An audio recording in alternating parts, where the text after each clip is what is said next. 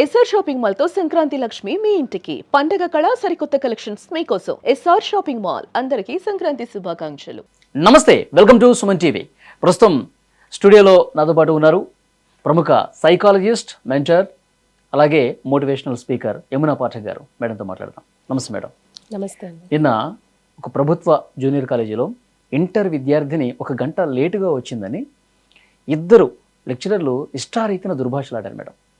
ఆమె చాలా బాధపడింది, ఏడ్చింది. అదేవిధంగా కాలేజ్ అయిపోయిన తర్వాత ఇంటికి వెళ్ళి తల్లికి చెప్పుకుంది. సరే, టీచర్స్తో వచ్చి అక్కడ లెక్చరర్స్తో వచ్చి మేము మాట్లాడతాములే అన్న క్షణంలోనే విపరీతంగా అదే ఆలోచనలు ఉండిపోయి హెడేక్ వచ్చి పడిపోయింది. ఆసుపత్రికి తీసుకెళ్తే బ్రెయిన్లో బ్లడ్ క్లాట్ అయిపోయి చనిపోయింది అన్నారు. చాలా బాధాకరమైన విషయం. నిజంగా అసలు కాలేజీల్లో కానీ స్కూల్స్లో కానీ అసలు టీచర్స్ ఏ విధంగా ఉండాలి, ప్రస్తుతం అసలు ఏం జరుగుతోంది, ఏం చెప్తారు మేడం? ఇది ముందుగా వాలి గారు, it's a very unfortunate incident అని చెప్పుకోవచ్చు. ఆల్రెడీ చాలా వరకు కూడా టీనేజర్స్ సున్నితమైన మనసు గల వారి ఉంటారు. ఎక్కువ కూడా చాలా వరకు కూడా చాలా నాజుగ్గా సున్నితంగా ఉంటారు వాళ్ళు. అండ్ మునుపటి రోజుల్లో స్టూడెంట్స్ ఎవరైనా డల్గా ఉన్నా, డిప్రెషన్ గురైనా, ఏమైనా వాళ్ళ బిహేవియర్లో ఏమైనా చేంజెస్ వచ్చినా కూడా మరీ ముఖ్యంగా ఎక్కువ టైం పిల్లలు స్పెండ్ చేసేది విద్యా సంస్థల్లో కాబట్టి అక్కడున్న టీచర్లకు మంచి అవగాహన ఉండేది. అయితే రోజువారీ చూస్తున్న విద్యార్థుల్లో వాళ్ళు గమనించేవాళ్ళు, ఏమన్నా చేంజెస్ ఉన్నాయా, రోజు యాక్టివ్గా ఉన్న స్టూడెంట్ ఈరోజు డల్గా ఎందుకుంది. సో నేరుగా కూడా వాళ్ళతో ఒక ఇంట్రాక్షన్ ఉండేది, ఒక ప్రాపర్ కమ్యూనికేషన్ ఉండేది విద్యార్థికిను అటు ఉపాధ్యాయులకి మధ్యన. ఇప్పుడున్న కాలంలో, ఇప్పుడున్న పరిస్థితుల్లో అలాంటి పరిస్థితులు మనం ఎక్కువ చూడటం లేదు. అప్పట్లో మనకి కౌన్సిలర్స్ కూడా ఉండేవాళ్ళు. అంటే ఏదైనా చిన్నగా కౌన్సిలింగ్ సెషన్స్ కూడా పెద్ద పెద్ద స్కూల్స్, మామూలుగా స్కూల్స్లో కూడా, కాలేజీల్లో, స్కూళ్ళల్లో వీళ్ళు కౌన్సిలింగ్ కూడా, అంటే ఎవరైనా వాళ్ళకి చెప్పుకొని ఏమైనా బాధ ఉన్నా కూడా, గ్రీఫ్ ఎనీ కైండ్ ఆఫ్ అలా ఉన్నా కూడా వీళ్ళు చెప్పుకునే ఆ పరిస్థితి ఉండేది. కానీ ఇప్పుడు అస్సలు మనకి యాంత్రికంగా మారిన విద్యా సంస్థల్లో అది అనేకంగా, ఈరోజు మీరు ప్రభుత్వ పాఠశాల అన్నారు యాక్చువల్గా. సో ఇలా లేకపోవడం నిజంగా దురదృష్టకరం ఇప్పుడు ఏదైతే జరుగుతుందో. వీళ్ళు గమనించాల్సింది ఏంటంటే, చాలా వరకు అండి మేము సజెస్ట్ చేసేది ఉపాధ్యాయులకి ఎలా అంటే, ఒక ఇమోషనల్ ఇంటెలిజెన్స్ ట్రైనింగ్ అంటూ ఖచ్చితంగా ఉండాలి అంట. ఎందుకంటారా, విద్యార్థుల్లో వాళ్ళలో కనపడుతున్న అలజడి కావచ్చు, స్ట్రెస్ కావచ్చు, భయం కావచ్చు, చాలా వరకు ఇందాక మీరు అన్నారు, తిట్టినప్పుడు ఏమవుతుందంటే తప్పు చేశాను అనే భావం కంటే కూడా, నేను తప్పు చేశాను అనే భావం కంటే కూడా నేనే తప్పు అని వీళ్ళు నన్ను అంటున్నారు. మీకు అర్థమైందా డిఫరెన్స్? కనబడుతుంది కదా. తప్పు చేశాను అనే భావం కంటే కూడా నేనే తప్పు అసలు టోటల్గా యాజ్ అ హోల్ అనే ఒక భావన పెద్ద ఎత్తున వీళ్ళని కృంగదీసే అవకాశం ఉంటుంది. సో ఇటువంటి విషయాలన్నీ కూడా. ఇంకొకటి, తిట్టడం is not equal to discipline అండి. తిట్టడం అంటే డిసిప్లిన్ కాదు, ఒక రకమైన మానసిక హింస. ఇప్పుడు మనము హ్యూమిలేట్ చేస్తున్నాము. అండ్ మరీ ముఖ్యంగా మీరు గమనించాల్సింది ఏంటంటే, ఆల్రెడీ ఆ విద్యార్థికి ఇంతకు ముందే ఏదన్నా ఒక రకమైన ఒత్తిడి కానీ, భయం కానీ, లేకపోతే ఒంటరితనం కానీ, బాధ కానీ, ఏదైనా చెప్పుకోలేనంత సమస్యలు ఏమన్నా కూడా ఉండొచ్చు గాక. మనిషి ఇప్పుడు మామూలుగా ఒకసారి మిమ్మల్ని తిడితే అది వెంటనే ట్రిగర్ అయిపోయి మీరు వెంటనే అంత కొలాప్స్ అవ్వరు. So there should be a study issue ఉండుండొచ్చు అనేది కూడా ఒక అంచనా. ఓకే, కానీ తోటి విద్యార్థులు అందరూ ఉంటారు ఎప్పుడు రోజు. That could be the trigger point అండి. నేను ఇంతకు అన్నట్టుగా ఒకటేసారి అలా అంటే వెంటనే అలా అయిపోయే అవకాశం, ఛాన్సెస్ ఆర్ రేరెస్ట్.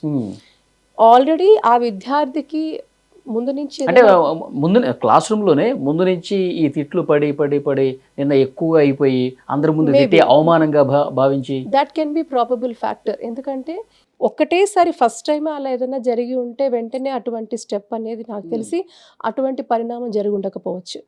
సో నేను అదే అంటున్నాను, ఏదైనా ఆల్రెడీ ఒక కంటిన్యూస్ స్ట్రగుల్ ఏదైనా ఉండాలి ఖచ్చితంగా. అది మనము పేరెంట్స్తో కానీ, వాళ్ళ పియర్ గ్రూప్ అంటాం కదా, వాళ్ళ స్నేహితులతో కానీ, వాళ్ళతో ఇంటరాక్ట్ అయితే యాక్చువల్ రీజన్స్ తెలుస్తాయి. టీచర్స్కిను స్టూడెంట్కి మధ్య రిలేషన్ ఎట్లా ఉండాలంటారు?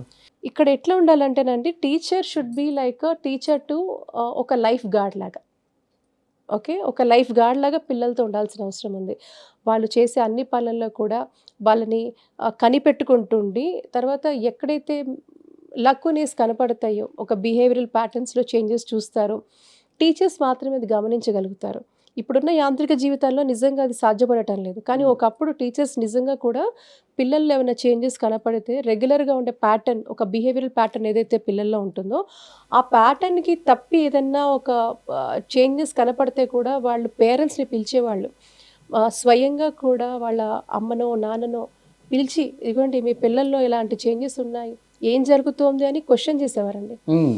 అదే అంటున్నాను. ఇప్పుడు దురదృష్టవశాత్తు ఇప్పుడు అట్లాంటివి లేకపోవడం అనేది నిజంగా కూడా ఈరోజు పిల్లల్లో కూడా ఒత్తిడి పెరిగిపోవడము, కాంపిటీషను, తర్వాత కాంపిటీషన్ ఒకటే కాదు, ఈరోజు ఈవెన్ కంపారిజన్, కాంపిటీషన్ ఇట్లాంటివన్నీ కూడా వాళ్ళల్లో క్లారిటీని తగ్గించే విధంగా ఈరోజు ముందుకెళ్తా ఉన్నాయి.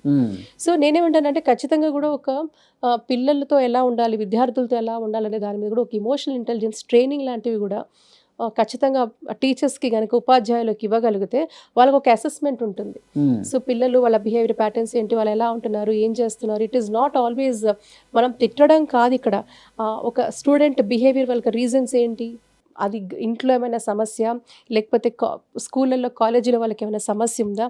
సో ఇవన్నీ కూడా వాళ్ళల్లో ఉన్న అపనమ్మకాలు, భయాలు, ఏవైతే ఆ లో సెల్ఫ్ ఎస్టీమ్ యూజువల్గా, అండ్ మరీ ముఖ్యంగా మీరు భయపెట్టారనుకోండి ఇంకా వాళ్ళు బెరుకు ఇంకా భయపడుతూ ఉంటారు. సో ఇటువంటివన్నీ కూడా వాళ్ళలో ఆ నెగటివ్ థాట్స్ని తీయడానికి సమర్థవంతంగా ఒక ఇమోషనల్ ఇంటెలిజెన్స్ ట్రైనింగ్ లాంటిది కూడా ఉపాధ్యాయులకు ఇవ్వడం వల్ల వాళ్ళు డెఫినెట్గా టీచర్ టు లైఫ్ గార్డ్, అంటే పిల్లల్లో ఉన్న ఈ అసమానతలు కానివ్వండి, ఆలోచనలు కూడా ఇవన్నీ కూడా ప్రాపర్గా ఫైన్ ట్యూన్ చేయడానికి, వాళ్ళని దిశానిర్దేశం చేయడానికి, వాళ్ళలో ఒక పాజిటివ్ క్వాలిటీస్ ఇన్స్టిల్ చేయడానికి, నెగిటివ్ ఫియర్స్, అప్రిహెన్షన్స్ ఇటువంటివి ఏమన్నా ఉంటే కూడా వాటి నుంచి బయటకు తీసుకోవడానికి కూడా ఇమోషనల్ ఇంటెలిజెన్స్ ఈ ఘటన జరిగింది కూడా మేడం గవర్నమెంట్ కాలేజెస్లో. సో ప్రభుత్వం కొంత బాధ్యత తీసుకొని ఒక స్పెషల్ సెషన్స్ క్లాసెస్ ఏమైనా పెట్టాలి. ఖచ్చితంగా కౌన్సిలర్స్ కానీ సైకాలజిస్టులు ఉంటారు, స్కూల్ సైకాలజిస్టులు ఉంటారు, కౌన్సిలర్స్ ఉంటారు. వీళ్ళని ఖచ్చితంగా, in fact there is a rule అండి, అది గవర్నమెంట్ అయినా ప్రైవేట్ అయినా ఏదైనా కూడా ఖచ్చితంగా స్కూళ్ళల్లో కాలేజీల్లో ఒక కౌన్సిలర్ కానీ స్కూల్ సైకాలజిస్టులు కానీ ఖచ్చితంగా నియమింపబడాలనేది ఒక రూల్ ఉంది. కానీ ఇది పూర్తిగా పెడచెవిన పెడతారు, ఎవ్వరు కూడా ఆచరించరు. So these are all very very important. ఎందుకంటే ఇప్పుడున్న కాలమాన పరిస్థితుల్లో పిల్లలు అనేక రకమైన ఒత్తిళ్ళకు ఫేస్ అవుతున్నారు, కాంపిటీషన్కి చూస్తున్నారు. వాళ్ళు కూడా తెలుసో తెలియకో అది హేళన, అంటే వాళ్ళని హేళన చేయడము, వాళ్ళని ఇన్సల్టింగ్గా, అంటే పక్కనోళ్ళు నీకంటే బెటర్ అని చెప్పేసరికి that can create lot of లో సెల్ఫ్ ఎస్టీమ్ అండి. అంతే కదా, మన పిల్లల్ని మనమైనా స్కూళ్ళల్లో అయినా ఎప్పుడైతే మనం అలా కంపేర్ చేసి వాళ్ళల్లో ఉన్న దీన్ని మనం చేసామనుకోండి, తప్పకుండా నాజుగ్గా ఉండే వాళ్ళ ఒక హృదయాలు, వాళ్ళ ఒక డెఫినెట్గా లో సెల్ఫ్ ఎస్టీమ్ వైపే దారితీస్తుంది. So this is all not correct. So అటు కుటుంబ క్షేత్రంలో అమ్మ నాన్న అయినా కూడా రిమెంబర్ అంటే ప్రతి child is unique, every child is unique. Okay. So అలాంటి పిల్లల్ని మనము వాళ్ళ బిహేవియరల్ ప్యాటర్న్స్ చూసుకొని ఎక్కడెక్కడ కరెక్షన్స్ కావాలో వాళ్ళకి నచ్చ చెప్పుకుంటూ, వాళ్ళకి ఎక్స్ప్లెయిన్ చేసుకుంటూ తగిన విధంగా కమ్యూనికేట్ చేయడం వల్ల కూడా ఇలాంటి సమస్యలన్నీ కూడా దూరం అయిపోతాయి. బాగా చెప్పారు madam. Thank you very much. నమస్తే.